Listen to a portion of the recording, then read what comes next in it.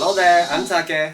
Hi, I'm Matt. ということで今日はイギリス人のマットに来てもらっているので、今日はマットにイギリスのね映画とかイギリスのドラマ、あとはYouTuber とか、のお話をしてもらいたいと思います。Alright, let's get started.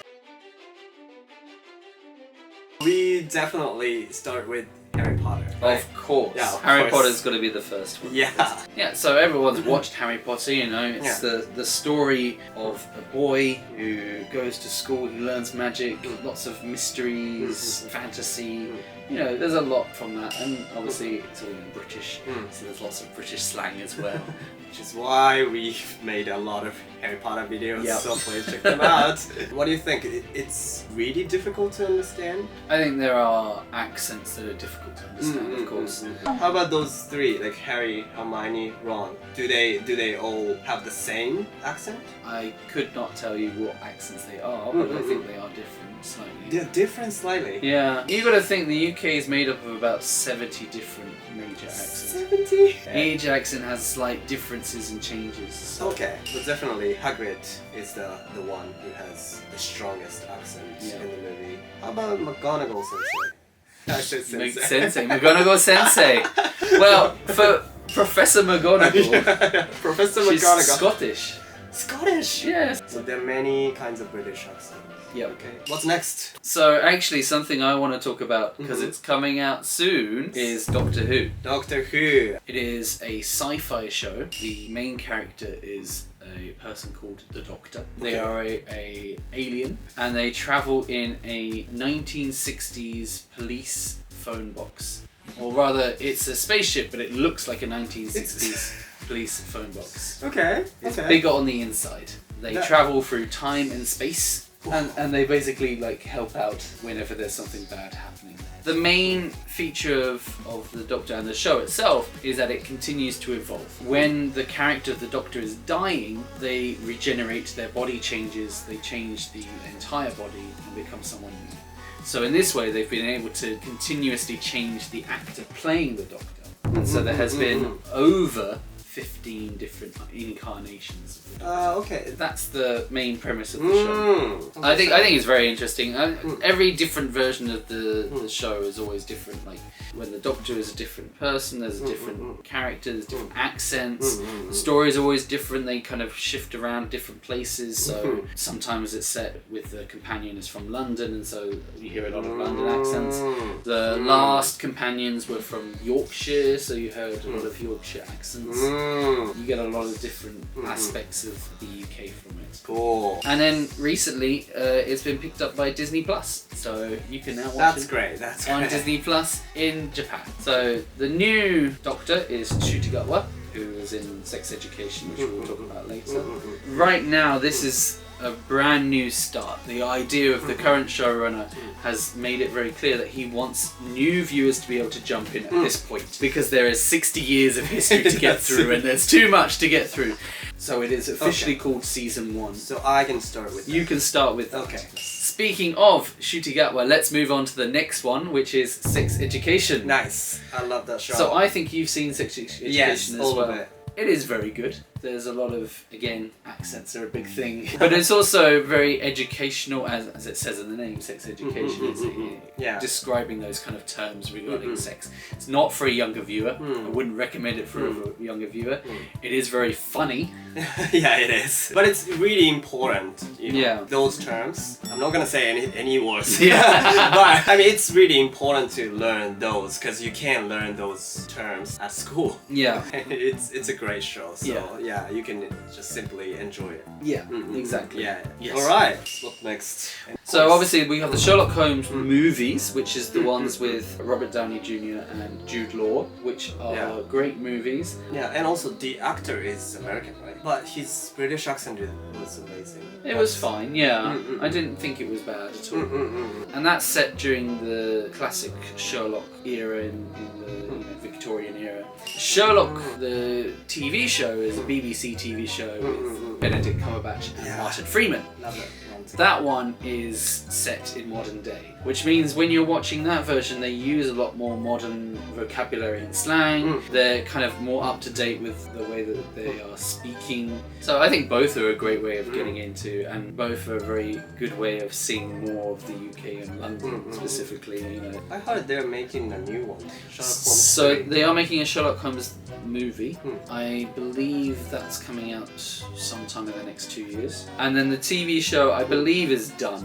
They've never said it's done, and I believe they've left it open so that if they want to come back, they can come back. So, leading on from the historical aspect of Sherlock, that leads us into The Crown. So, Crown is obviously based around the life of Queen Elizabeth II, who was the Queen for many years up until when she passed away in 2022.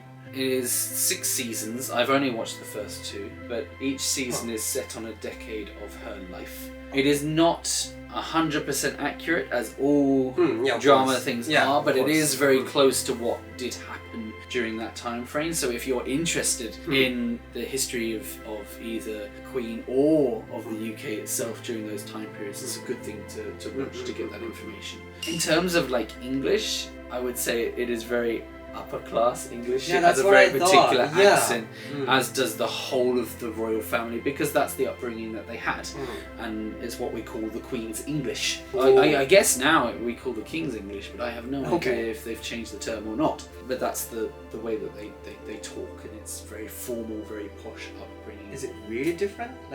Not really different, but like it's they don't very, talk like very you particularly do, right? pronounced, right? And it's very careful with the wording. You know, you're not using casual English as much in that. So maybe it's a little bit easier to understand in that way because they pronounce in a very specific way. Next, what's next? Okay, next one. I want to introduce this End of the F***ing World.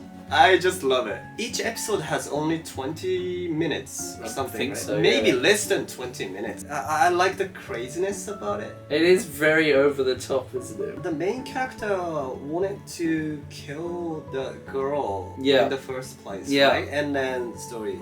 I mean, I'm not gonna spoil. I also find very interesting is the second season, because it's adapted from, I think, a comic book. The comic book ends on the first season ending, and that's it. The first season ends on that cliffhanger, right? Which I won't say, but they never resolve the cliffhanger. They leave it up to you to decide. Whereas the TV show had the idea to keep it going, so we get a definitive answer in the TV show, but there was never in the original.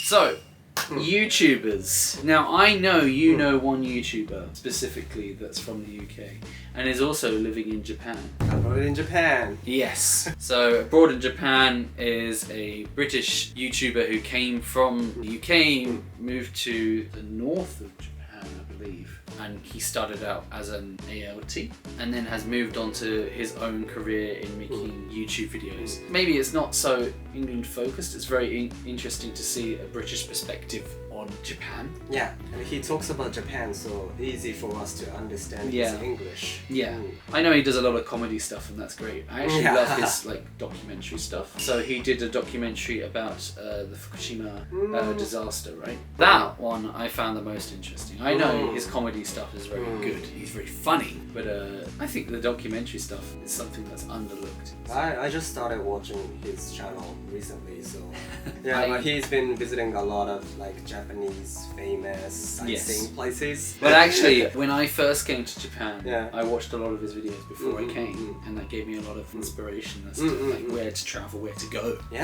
What's his name? Chris Broad. Which is a really clever way on the name, right? Abroad in Japan. His name is Chris Broad, so he's actually a Broad who is in Japan. Oh, didn't know that. Wish I had the name to do that. Nice. Right, I've got two more YouTubers that I'm going to focus on. So the first one, I don't know how popular it would be in Japan, but something that might enlighten a lot of British humour is Tom Ska. So Tom Ska does two kinds of videos. He does like skit videos, which is like a short skit based on a certain thing. He also does Ska and Friends, where he does like collaborations with other people, and they do like games or they do different things. Those ones for me are actually more fun. British games?